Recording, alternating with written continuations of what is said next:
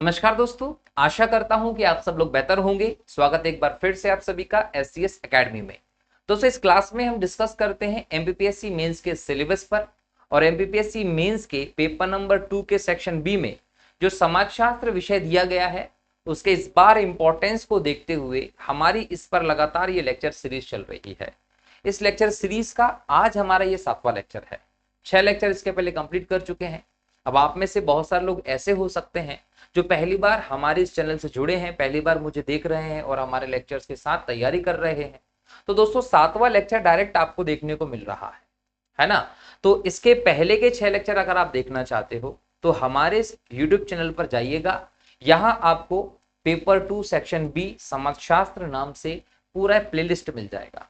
उस प्लेलिस्ट में सभी लेक्चर अपलोडेड हैं, तो वहां जाकर आप पहले जो हमने लेक्चर पर डिस्कशन किया है वो आप पढ़ सकते हैं। और कोई डाउट आता है तो टेलीग्राम करके आप डाउट पूछ सकते हैं। दोस्तों, क्लियर है। आज 7वां लेक्चर है। इस लेक्चर में हम एक और नया टॉपिक डिस्कस करने वाले हैं। ये जो नया टॉपिक हम लोग आज डिस्कस कर रहे हैं समाजशास्त्र का, इसका शीर्षक है दोस्तों संस्था। दैनिक जीवन में आपने कई जगह पर संस्था शब्द, इंस्टीट्यूशन शब्द बार बार सुन रखा है, लेकिन इस इंस्टीट्यूशन शब्द का हम लोग सही अर्थ नहीं जानते हैं कि समाजशास्त्र की भाषा में संस्था या इंस्टीट्यूशन किसे कहा जाता है।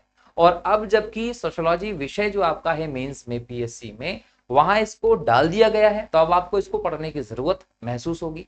जब आप इस विषय को पढ़ोगे तो इसका सबसे पहले आपको क्या पता होना चाहिए कि संस्था का अर्थ क्या होता है ना। और जब आप अर्थ जान लेंगे तो फिर आपको इस संस्था की परिभाषा देखना होगी कि समाज शास्त्रियों ने अपने शब्दों में इसको कैसे परिभाषित किया है। और फिर आपको देखना पड़ेगा कि संस्था जो व्यवस्था है इसकी क्या विशेषताएं आपको देखने को मिल रही है। इसकी विशेषताओं को देखने के बाद फिर आपको देखना पड़ेगा कि जो संस्था है ये कितने प्रकार की होती है, इसके प्रकारों को देखेंगे। और प्रकारों को देखेंगे तो फिर हम यह देखेंगे, एक तो व्यक्तिगत आधार पर समस्या का समाधान करने की संस्थाएं होती हैं। दूसरा होता है सामूहिक आधार पर समस्याओं का समाधान करने वाली संस्था। जब आपको प्रकार पता चल जाएंगे तो फिर आप देखेंगे कि जो संस्था होती है उसका विकास का क्रम कैसे, विकास कैसे होता है, इसका क्रम हम लोगों को देखना है। और फिर हम लोग देखेंगे कि संस्था जो है इसके कार्य क्या हैं, कौन कौन से कार्य संस्था के अंतर्गत आते हैं। तो जब आप इन सभी चीजों को कंप्लीट करेंगे तो क्वेश्चन आपको एग्जाम में यहीं से कहीं से देखने को मिल सकता है। जैसे संस्था क्या होती है, इसकी विशेषताएं बताइए। साधारण 2 अंक का प्रश्न आ सकता है, संस्था के लिए लिख के दे देगा, उसकी आपको अर्थ लिखना पड़ेगा। फिर आपसे पूछेगा कि संस्था क्या है, इसके प्रकार बता दीजिए। संस्था क्या है, इसका विकास कैसे होता है, उस अवस्था को समझाना होगा। वैसे ही आपसे इसके कार्य भी पूछे जा सकते हैं लिखने के लिए। तो 2 अंक के प्रश्न की संभावना भी है, 7 अंक के प्रश्न की संभावना भी है और 10 अंक के प्रश्न की संभावना भी है। ये सबको मिला जुलाकर एक पूरा 10 अंक का प्रश्न आपको बनाकर दे दिया जाएगा। ठीक है। तो जैसे मैंने अभी आपको प्रश्न बताए वैसे इस लेक्चर के बाद प्रश्नों को लिखने का प्रयास करिएगा। यहाँ पर मैं अपना पूरा काम करता हूँ कि आपको A to Z जो जो चीजें हैं वो डिटेल में डिस्कस कर लेता हूँ। बराबर है कि नहीं है। फिर से मैं वही बात कहूंगा कि आप अगर मेरे साथ साथ चलकर टॉपिक कंप्लीट करते जाएंगे, लिखने की प्रैक्टिस करते जाएंगे, तो आपका ये सब्जेक्ट अच्छे से हो जाएगा। आपको किसी भी प्रकार के दूसरे नोट्स और तैयारी की जरूरत नहीं रहेगी। लेकिन अगर आपने ये सोचा कि लेक्चर हो जाने दीजिए, एग्जाम के पहले इकट्ठे लेक्चर देख के तैयारी कर लेंगे, तो फिर आपके लिए मुश्किल हो जाएगी। और आपके लिए सबसे बड़ी बात क्या है कि शॉर्ट में जो नोट्स हैं वो नोट्स में आपको भेजते जा रहा हो। अभी तक मैंने जितने भी टॉपिक पढ़ाए हैं सभी टॉपिक के नोट्स टेलीग्राम पर भेज दिए गए हैं। तो अगर आप लोग ऐसे हैं जिसके में से किसी बार नोट्स नहीं पहुंचे हैं तो याद रखिएगा कि नोट्स रेगुलर हर एक टॉपिक के शेयर किए जा रहे हैं। अभी तक एक एक टॉपिक जो मैंने समझाया है, डिस्कस किया यहाँ पर, वो सभी नोट्स टेलीग्राम पे मैंने शेयर कर दिए हैं और समय के हिसाब से शेयर कर दिए हैं, ताकि आप लोगों को समस्याएं ना आए, अच्छी तैयारी करें और अच्छे से एग्जाम दें और सिलेक्शन ले लें। दोस्तों, क्लियर है। तो शुरू करेंगे। सबसे पहले संस्था के अर्थ से, संस्था होती क्या है। तो देखिए, संस्था जो होती है इसको लेकर ये कहा जाता है कि समाज का एक महत्वपूर्ण घटक है। समाज का एक प्रमुख घटक जो है वो संस्था को माना जाता है।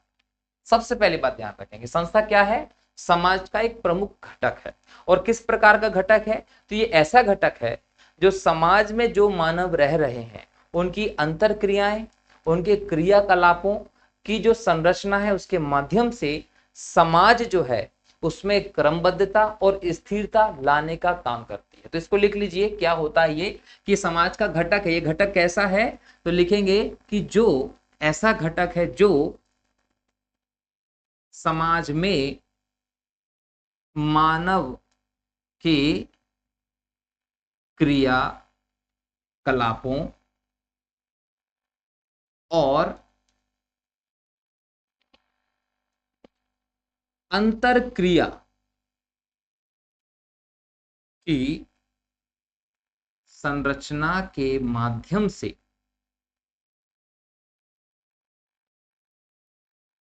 क्रम और स्थिरता का निर्धारण या को सुनिश्चित करती।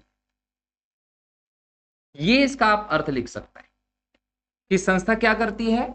संस्था एक घटक है, इंस्टीट्यूशन क्या है, एक घटक है, कंपोनेंट है सोसाइटी का, समाज का।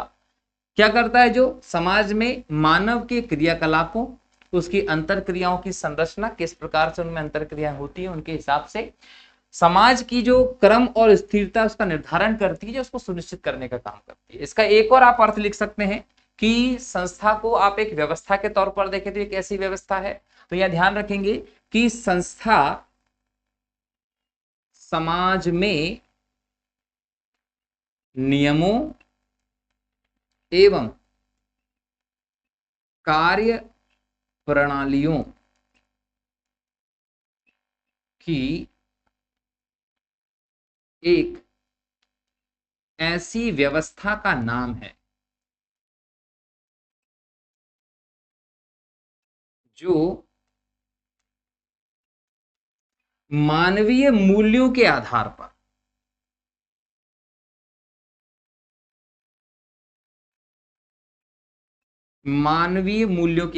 पर हित पूर्ति या आवश्यकता पूर्ति को सुनिश्चित करती। अब आपको यह ध्यान रखना है कि संस्था किसकी एक व्यवस्था है, नियमों की और कार्यप्रणाली। संस्था नियमों की और कार्यप्रणालियों की व्यवस्था है। मतलब इसमें आप एक तरफ नियम देखेंगे, एक तरफ आप कार्यप्रणाली को देखते हैं।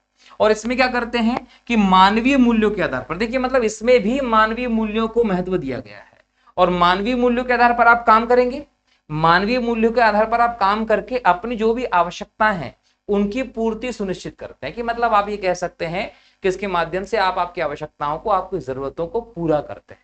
तो यहां संस्था का मैंने आपको अर्थ बताया।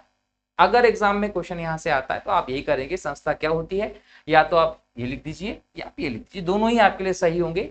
2 अंक के प्रश्न के हिसाब से आपके लिए इंपॉर्टेंट हो जाएगा, लिख दीजिएगा इस प्रकार से, बराबर है। तो यहां हम लोगों ने एक व्यवस्था के रूप में और समाज के घटक के तौर पर संस्था को देखा। इंस्टीट्यूशंस क्या होते हैं वो आपको यहां समझ में आया होगा। अब विभिन्न समाजशास्त्रियों ने संस्था को कैसे परिभाषित किया है, तो यहां देखिए संस्था की परिभाषा सबसे पहले मैकाइवर और पेज ने दी थी। मैकाइवर और पेज ने क्या कहा, सामूहिक क्रिया की विशेषता बतलाने वाली कार्य प्रणाली के स्थापित रूप या अवस्था को संस्था कहते हैं। यहां पर भी क्या है, सामूहिकता को इंपॉर्टेंस दिया गया है। सामूहिक क्रिया की विशेषता बतलाने वाली कार्य प्रणाली के स्थापित रूप या अवस्था को संस्था कहते हैं। रॉस नाम के समाजशास्त्री ने क्या कहा है, सामाजिक संस्थाएं संगठित मानवीय संबंधों की वह व्यवस्था है। देखिए यहां पर क्या बोला गया, संगठित मानवीय संबंधों की। अब यहां पर संगठित वर्ड यूज किया गया, यहां पर सामूहिक बोला गया, बात एक ही है। संगठित मानवीय संबंधों की वह व्यवस्था है जो सामान्य इच्छा द्वारा स्थापित होती। सामान्य इच्छा मतलब सभी की समान इच्छाएं, समान व्यवस्था के रूप में आप इसे देखते हैं। वही तीसरा देखिए, मॉरिंग गिन्सबर्ग ने क्या कहा, ये कहते हैं कि संस्थाएं एक दूसरे या किसी बाहरी वस्तु के संबंध में सामाजिक प्रणालियों के बीच संबंधों के निश्चित और स्वीकृत रूप या तरीके हैं। तो ये तीनों डेफिनेशंस हैं संस्था की। जब आपको दीर्घ उत्तरीय प्रश्न पूछा जाएगा तो वहां आप इनकी परिभाषाओं को प्रयोग कर सकते हैं, या फिर पर्टिकुलर छोटे प्रश्न में किसी समाजशास्त्री के आधार पर क्वेश्चन पूछ लेता है इनमें से, तो आप इसका उत्तर लिख सकते हैं। ये समाजशास्त्रियों ने इस प्रकार से संस्था को परिभाषित किया है, यह आप लोग ध्यान रख लीजिएगा, ऐसे कि इसको रटना पड़ेगा। देखिए ये जो परिभाषा शुरू में हमने अर्थ देखा, जो मैंने अर्थ लिखा था वो अर्थ आप समझ सकते हैं, लेकिन ये किसी के द्वारा कहे गए कथन है, तो ये आपको ऐसे के ऐसे रटना पड़ेंगे, इससे ज्यादा और कुछ नहीं कर सकते। बराबर है कि नहीं? तो इसको रट लीजिएगा। मैकाइवर, पेज, रॉस, मॉरिंग, गिस्बर्ग ने क्या कहा गया है, तो बेसिकली क्या होता है कि मैकाइवर, पेज को लोग ज्यादा फॉलो करते हैं, ये ज्यादा ऑथेंटिक चीजें भी इनके द्वारा दी गई हैं, तो आप इनमें से किसी एक की परिभाषा को भी अगर यूज करेंगे तो कोई दिक्कत नहीं होने वाली है आपको। तो ये हमने परिभाषा देखी। अब संस्था की विशेषता देखें कि संस्था जिसको हम एक सामाजिक व्यवस्था में घटक के तौर पर देखते हैं, संस्था को जहां एक प्रकार के बोल सकते हैं नियम और कार्यप्रणाली की व्यवस्था के तौर पर देख रहे हैं, तो उसकी कई विशेषताएं भी हैं। अब उसकी विशेषता देखिए, पहली विशेषता है कि नियमों की व्यवस्था होती है। देखिए मैंने पहले ही कहा है कि जो संस्था है इसमें नियम और कार्य प्रणाली को महत्व दिया गया है। काय की व्यवस्था है ये? नियम और कार्य प्रणाली की व्यवस्था है। ये मानवीय संबंधों पर आधारित व्यवस्था नहीं, इसको आप मानवीय संबंध नहीं बोल सकते, या फिर आप इसको एक समूह या मानव का संगठन नहीं बोल सकते, मतलब व्यक्ति का संगठन नहीं बोल सकते। इसमें व्यक्ति का संगठन नहीं है संस्था। संस्था नियम और कार्य प्रणाली की व्यवस्था होती है, जिसमें नियमों के हिसाब से कार्य प्रणाली जो सुनिश्चित की उसके हिसाब से चलना पड़ेगा आपको। तो यहां इसकी सबसे बड़ी विशेषता है, ये ध्यान रखिएगा। दूसरी विशेषता है अमूर्त प्रकृति। देखिए कि यहां हमने कहा कि ये नियम और कार्य प्रणाली है। अब मुझे बताइए कि नियम क्या दिखते हैं क्या? आपकी कार्य प्रणाली जो है, शैली जो है वो दिखती है क्या? तो ये अमूर्त संस्था है ना। ये एक नियम और कार्य प्रणाली की अमूर्त संस्था के तौर पर देखेंगे। ये ऐसी व्यवस्था नहीं है जिसको आप सामने देख लें। जैसे आप समुदाय की बात करें, समुदाय को देखा जा सकता है, लेकिन जो नियम है उनका पालन किया जाता है, उनको फॉलो किया जाता है, उनको देखा नहीं जा सकता, है ना। तो ये नियमों की व्यवस्था है, अमूर्त प्रकृति इसकी है। वही सामूहिक स्वीकृति है। ध्यान रखिएगा कि जो संस्था है इसमें जो नियम है, जो कार्य प्रणाली है, ये नियम और कार्य प्रणाली को जो हम देख रहे हैं, ये सभी के द्वारा इनको स्वीकार किया गया है, सभी के द्वारा स्वीकृत होते हैं। ऐसा नहीं है कि किन्हीं लोगों ने मिलकर कुछ नियम के आधार पर एक संस्था का निर्माण कर लिया। ये थोड़े बहुत लोगों के द्वारा बनाई गई एक व्यवस्था नहीं होती, ये एक सामूहिक व्यवस्था होती है जिसको सभी की स्वीकृति हमें देखने को मिलती है। जैसे कि अगर हम भारतीय संविधान की बात करें, अगर हम संविधान की बात करें तो संविधान को हम एक संस्था कह सकते हैं। संविधान को हमारे देश में सभी लोगों की स्वीकृति मिली हुई है। सभी लोग, सरकारें, न्यायालय, हर एक स्तर की जो व्यवस्था है वो संविधान के खिलाफ जाकर काम नहीं कर सकती है। तो इसका मतलब ये होता है कि सामूहिक स्वीकृति के सिद्धांत पर आधारित होती है संस्था की व्यवस्था। वहीं सुपरिभाषित उद्देश्य होते हैं संस्था के। देखिए संस्था के सुपरिभाषित मतलब हम बोल सकते हैं कि स्पष्ट और सुपरिभाषित उद्देश्य होते हैं पारदर्शी। इसमें सीधे सीधे कहा जाता है कि आपके समाज में जो ऐसे कुछ विशेष समूह होते हैं, याद रखिएगा कुछ विशेष समूह होते हैं, ये विशेष समूह जो होते हैं सामूहिक या सामुदायिक या सामाजिक सौहार्द को खराब करने का काम करते हैं। और ये विशेष समूह जो समाज की व्यवस्था को गड़बड़ करने का काम करते हैं, इनकी गतिविधियों को नियंत्रित करने का काम जो करती है वो संस्था करती है। तो यहाँ एक चीज याद रखिएगा कि जो संस्था बनाई जाती है उसके स्पष्ट बहुत उद्देश्य क्लियर होते हैं। उद्देश्य इतने क्लियर होते हैं कि उनमें क्लियर बताया जाता है कि भाई कुछ विशेष समूहों की जो कार्य प्रणाली हम उसको नियंत्रित करेंगे और समाज में सौहार्द स्थापित करने के लिए संस्थाएं बनाई जाती हैं, ना कि किसी भी प्रकार की अराजकता इसका उद्देश्य होता है। तो बहुत क्लियर इसका मोटिव आपको देखने को मिलेगा। संस्था जो होती है उसमें स्टेबिलिटी होती है, स्थायित्व होता है। अब याद रखिए कि संस्था में स्थायित्व का क्या मतलब है। देखिए अगर आपने कोई नियम बनाया या आपके मन में कोई विचार आया, मन में कोई विचार आएगा। अब अगर मन में कोई विचार आया, इस विचार को आप क्या करेंगे, सभी के सामने रखेंगे। रख दिया सभी के सामने। अब सभी के सामने जब आपने इस विचार को रखा तो इस विचार को सभी अगर मान लीजिए स्वीकृत कर दें, और अगर स्वीकृति मिल जाती है तो लंबे समय तक वो विचार जरूरी रहेगा, उसका अस्तित्व बना रहेगा, उसकी प्रासंगिकता रहेगी। जब लंबे समय तक उस विचार की प्रासंगिकता रहेगी तो वो किस रूप में बन जाएगा, वो संस्था के रूप में स्थापित हो जाएगा। और अगर ये संस्था की व्यवस्था किसका अंग बन जाए, अगर ये संस्कृति का अंग बन जाए, किसका अंग बन जाए, संस्कृति का अंग बन जाए, तो फिर याद रखिए कि संस्कृति में परिवर्तन आसानी से नहीं देखने को मिलते, जल्दी देखने को नहीं मिलते, ये परिवर्तन प्राय नहीं होते। तो ऐसे में हम कह सकते हैं कि संस्था को एक स्थायित्व का रूप जो है वो यहाँ पर मिल जाता है। संस्था के प्रतीक होते हैं, देखिए या तो कोई भौतिक प्रतीक हो सकता है या कोई अभौतिक प्रतीक हो सकता है। ऐसा प्रतीक भी हो सकता है जिसको आप हाथ में ले छू लें, एक ऐसा प्रतीक भी हो सकता है जिसको आप छू ना सकें और उसकी व्यवस्था केवल नियमों के रूप में देखने को मिले। लेकिन हाँ, हर एक संस्था में हम लोगों को उसके कुछ नित्य प्रतीक देखने को मिलते हैं। एग्जाम्पल के द्वारा आपको ज्यादा समझ में आएगा। जैसे अगर मैं हिंदू समुदाय की बात कर लूं, हिंदू समुदाय में जो सामाजिक व्यवस्था है इसमें आपको देखने को मिलेगा कि पूरी एक सिस्टम हम लोगों को देखने को मिलता है प्रतीक के तौर पर। शादी की एक पूरी प्रक्रिया होती है, उस प्रक्रिया में आप देखेंगे कि 7 फेरे लिए जाते हैं, हवन की कुंड जलाया जाता है, बेदी होती है, मंडप लगाया जाता है। ये सब क्या है, ये सब प्रतीक हैं। तो कुछ इस प्रकार के प्रतीक जो होते हैं वो संस्था में हम लोगों को देखने को मिलते हैं, जो भौतिक अभौतिक हो सकते हैं। सामूहिक घटना हम लोगों को संस्था देखने को मिलती है। याद रखिएगा कि जो संस्था है, ये संस्था जो है वो एक प्रकार का यहां पर आपको सामूहिक प्रयत्नों का समावेशन देखने को मिलेगा। सामूहिक प्रयत्नों का समावेशन मतलब इसके लिए जो भी काम किए जाते हैं वो समूह आधार पर किए जाते हैं, किसी एक के द्वारा नहीं किए जाते।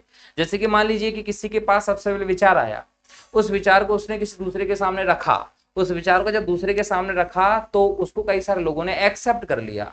जब कई सारे लोगों ने एक्सेप्ट कर लिया तो वो संस्था का रूप ले लेगा, और वही जो संस्था है वो कहीं ना कहीं सभी के द्वारा स्वीकृति के बाद स्थापित हो रही है। तो मैं यहाँ यही कहूंगा कि सामूहिक प्रयत्नों का समावेशन जो है वो हमें संस्था जैसी व्यवस्था में दिखाई पड़ता है। तो एग्जाम में अगर आप लोगों से पूछे कि संस्था क्या होता है तो आप लोग अर्थ बता देंगे, फिर पूछेगा कि संस्था की विशेषताएं बताइए, तो एक एक करके आप ये विशेषताएं लिख सकते हैं। आप चाहे तो अपनी क्रिएटिविटी को बता दीजिए, सिनॉप्सिस आदि बनाकर उत्तर लिखिएगा तो ज्यादा नंबर मिलते, नंबर कटने की संभावनाएं कम होती हैं।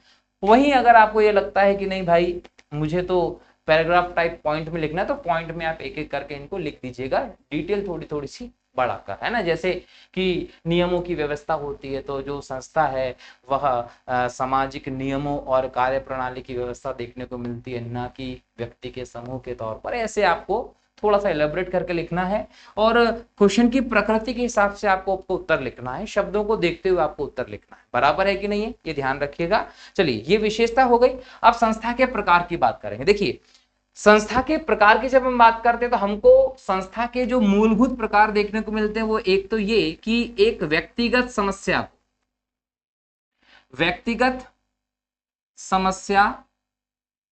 के समाधान हेतु कुछ संस्थाएं बनाई जाती हैं, और कुछ संस्थाएं ऐसी होती हैं जो सामूहिक रूप से समस्या का समाधान देखती है। तो एक तरफ सामूहिक रूप से समस्या के समाधान की व्यवस्था के लिए संस्थाएं होती हैं, दूसरी तरफ व्यक्तिगत रूप से समस्याओं के समाधान के लिए संस्थाएं होती हैं। और ये जो संस्थाओं का विभाजन किया है ना, ये गोल्डनर नाम के समाजशास्त्री के द्वारा किया गया है। तो गोल्डनर ने संस्था को 2 भागों में बांटा है, व्यक्तिगत समस्याओं के समाधान के लिए और सामूहिक रूप से समस्या के समाधान की व्यवस्था के तौर पर। और नॉर्मली अगर हम दैनिक जीवन में देखें तो हमें संस्थाएं जो देखने को मिलती हैं उसमें एक आर्थिक संस्थान देखने को मिलते हैं, कुछ हमें सामाजिक संस्थान देखने को मिलते हैं, नातेदारी विवाह परिवार जैसे संस्थान देखने को मिलते हैं, राजनीतिक संस्थान देखने को मिलते हैं, और सांस्कृतिक संस्थान देखने को मिलते हैं। तो हर एक क्षेत्र के लिए हमें अलग अलग पर्टिकुलर संस्थान देखने को मिलते हैं। सामाजिक गतिविधियों के लिए अलग, आर्थिक गतिविधियों के लिए अलग, पारिवारिक नातेदारी व्यवस्था गतिविधियों के लिए अलग, राजनीतिक संस्थाओं के लिए अलग, सांस्कृतिक संस्थाओं के लिए अलग। तो संस्थाएं विभिन्न प्रकार की हमें देखने को मिलती हैं, लेकिन गोल्डनर ने व्यक्तिगत समस्याओं के समाधान के लिए अलग संस्थाओं की बात की है, और सामूहिक रूप से समस्याओं के समाधान के लिए अलग संस्थाओं की बात की, जो संस्थाओं के प्रकार माने जाते हैं। वैसे ही देखा जाता है कि संस्था का विकास कैसे हुआ है। देखिए, संस्था का विकास एकाएक नहीं हुआ है, संस्था का विकास चरणबद्ध तरीके से हुआ है। मैंने आपको पहले ही बताया है कि एकाएक किसी संस्था का निर्माण नहीं हो जाता।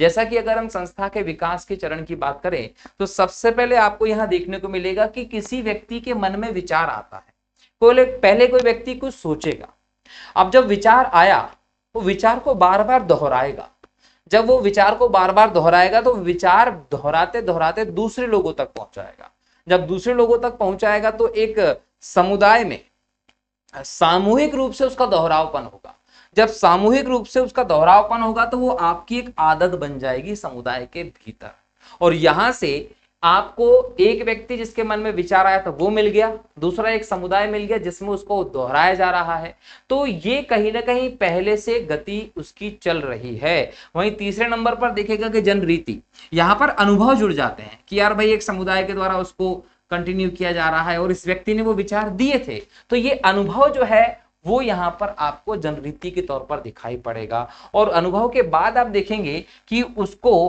कहीं ना कहीं एक समाज में कल्याण की दृष्टि से एक प्रथा के तौर पर अपना लिया जाता, प्रथा बन जाती है, तो यहां पर आपको चौथे स्तर पर वो प्रथाबद्ध दिखाई पड़ेगी। फिर वो लोकाचार का माध्यम बन जाता है और लोकाचार के बाद फिर अंत में आप उसको संस्था के तौर पर देखते हैं। मतलब देखिए कि आप एक संस्था के विकास को इन अलग अलग 6 क्रमिक चरणों में देखते हैं कि पहले किसी के मन में विचार आएगा, फिर वो समूह में पहुंचेगा, फिर वो जनरीति बन जाएगी, फिर प्रथा, फिर लोकाचार, फिर एक संस्था के तौर पर, एक व्यवस्था के तौर पर उसकी स्थापना होती है। मतलब एक विचार से एक व्यवस्था तक स्थापित होने में संस्था अलग अलग क्रमिक चरणों से होकर गुजरती है। दोस्तों ये ध्यान रखिएगा, इसीलिए हम समाज के एक इंपॉर्टेंट घटक के तौर पर संस्था को या इंस्टीट्यूशन को देखते हैं, ये आपको समझना है। नेक्स्ट हम देखेंगे संस्था के कार्य क्या होते हैं। अब चूंकि संस्था जो है वो समाज का एक महत्वपूर्ण घटक है, संस्था एक ऐसी व्यवस्था है जो समाज के सामूहिक नियम और कार्य प्रणालियों की एक व्यवस्था है, तो ऐसे में इसके जो कार्य हैं वो बहुत महत्वपूर्ण हो जाते हैं। इन कार्यों में सबसे पहले संस्था मानव की आवश्यकता पूर्ति का काम करती है। देखिए, मानव की आवश्यकता पूर्ति का मतलब है कि मानव की जो वैध आवश्यकताएं हैं उनकी पूर्ति की जाएगी। देखिए, इस दुनिया में आपको भांति भांति के मनुष्य देखने को मिलेंगे। अब जब इतने अलग अलग प्रकार के मनुष्य देखने को मिल रहे हैं, अलग अलग प्रकार की सभ्यता देखने को मिल रही है, अलग अलग प्रकार की संस्कृति देखने को मिल रही हैं, विचारधाराएं देखने को मिल रही हैं, तो उनकी आवश्यकताएं भी अलग अलग होती हैं। और जब आप आवश्यकताओं की बात करें पर्टिकुलर मनुष्य के संदर्भ में, तो एक बात ध्यान रखिएगा कि मानवीय आवश्यकताएं जो होती हैं वो कभी भी समाप्त नहीं होती। समाज शास्त्रियों ने इस बात को स्पष्ट किया है, मनोवैज्ञानिकों ने इस बात को क्लियर कहा है, एक स्पष्ट आपको इसके सिद्धांत देखने को मिलते हैं कि मानवीय आवश्यकताएं जो होती हैं वो कभी समाप्त नहीं होने वाली आवश्यकताएं होती हैं। क्लियर इस बात को समझना होगा कि जब मनुष्य की एक जरूरत पूरी होती है तो एक जरूरत के पूरे होते से ही दूसरी जरूरत वहां जन्म ले लेती है, और जैसे आप अपनी दूसरी जरूरत को पूरा करेंगे तो वो पूरे होते से आपकी तीसरी जरूरत पैदा हो जाती है। तो ऐसे हर एक पहली जरूरत दूसरे जरूरत का आधार बनती है और लगातार ये समाज में, ये व्यवस्था में मनुष्य के भीतर चलता रहता है। इसलिए हम ये कहते हैं कि एक मानव जो होता है वो बहुत कम ही अपनी चीजों से संतुष्ट होता है, उसको निरंतर कुछ ना कुछ चाहिए, और जो उसको चाहिए वही मानव की आवश्यकताएं हैं। ये ध्यान रखिएगा कि हर एक व्यक्ति संतुष्ट नहीं है, उसे अगर एक चीज मिल जाए तो वो दूसरी चीज की आकांक्षा अपने मन में रखता है। तो ऐसे में बहुत सारी आपकी आवश्यकता हो सकती है, लेकिन संस्था जैसी व्यवस्था जो होती है, ये व्यवस्था मानव की उन्हीं आवश्यकताओं की पूर्ति करने का काम करती जो वैध है, वैलिड नीड्स को ही फुलफिल यहां किया जाएगा। जैसे कि अगर मान लीजिए कि आपकी यौन संबंधी आवश्यकता है तो आपको उसके लिए विवाह जैसी पूरी व्यवस्था देखने को मिलेगी संस्था की। अब इसके माध्यम से आपकी जो सेक्सुअल नीड है उसकी पूर्ति कर सकते हो, लेकिन आप ये सोचो कि मैं इस संस्थागत नियम और कार्य प्रणाली के बाहर जाकर अपनी जरूरत की पूर्ति कर लूं तो वो नहीं होगा, क्योंकि वो अवैध हो जाएगा। वैध रूप से आपको आपकी आवश्यकताओं की पूर्ति करवाती है संस्था जैसी संस्था, जीवन को सरल बनाती है। संस्था जो है वो एक क्रमिक विकास का परिणाम होती है, एक बार में संस्था नहीं बन जाती। संस्था का जो प्रारंभ होता है विकास, वो विचार से होता है और धीरे धीरे बढ़ते बढ़ते वो एक संस्था, एक व्यवस्था के तौर पर स्थापित होती है। तो यहाँ हमें एक अनुभव देखने को मिलता है संस्था में, क्योंकि अलग अलग प्रकार के लोग, महानुभाव जो होते हैं वो इसमें होते हैं। तो वो जो अनुभव है उसके माध्यम से संस्था व्यक्ति का मार्गदर्शन करती है, और वो मार्गदर्शन जो होता है वो जीवन को सरल बनाने में मदद करता है। दोस्तों ध्यान रखेंगे। तीसरा देखिए, संस्कृति का पोषण करना। संस्था जो है वो क्या करती है, एक पीढ़ी से दूसरी पीढ़ी में, दूसरी पीढ़ी से तीसरी पीढ़ी में, तीसरी पीढ़ी से चौथी पीढ़ी में संस्कृति जो है उसका हस्तांतरण करती है, और इससे संस्कृति का पोषण होता है, संस्कृति लगातार बनी रहती है। नेक्स्ट है सामाजिक और सांस्कृतिक सुदृढ़ीकरण। देखिए, जो संस्था है वो सामाजिक नियमों पर काम करती है, सामाजिक नियमों पर काम करती है। समाज के ऐसे विशेष समूह जो कहीं ना कहीं इसकी व्यवस्था को बिगाड़ते हैं उन पर नियंत्रण करती है और सामाजिक सौहार्द स्थापित करने का काम करती है।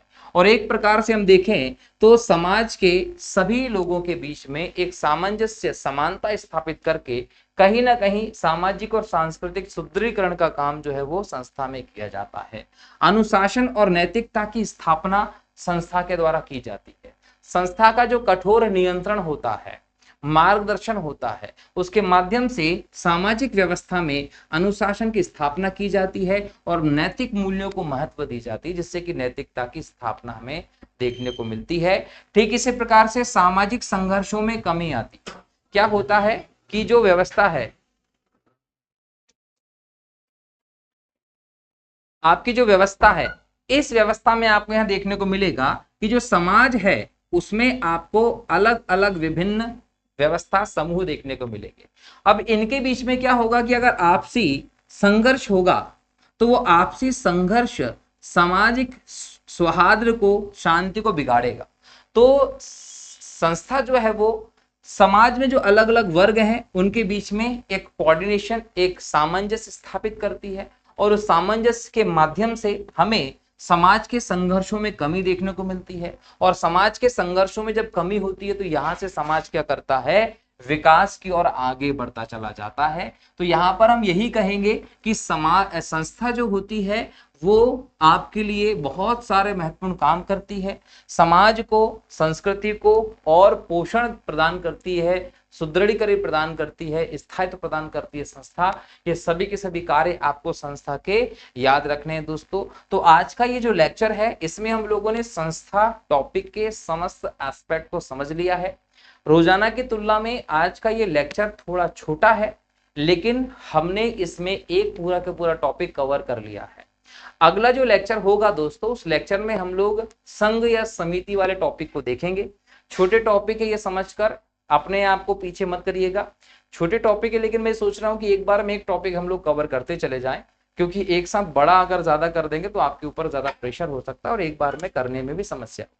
तो ऐसे में जरूरी ये है कि आप क्रमशः टॉपिक दर टॉपिक चीजों को कंप्लीट करते चले जाएं और नोट्स बनाते चले जाएं। ठीक है, तो आज हम लोगों ने संस्था टॉपिक को कवर कर लिया है। अगले लेक्चर में हम लोग संघ या समिति वाले टॉपिक को देखने वाले हैं। ठीक है दोस्तों, तो मिलता हूं अगले लेक्चर में फिर नए टॉपिक के साथ, नए लेक्चर में। तब तक के लिए बहुत बहुत शुक्रिया दोस्तों। जय हिंद, जय भारत, वंदे मातरम दोस्तों, जय श्री राम।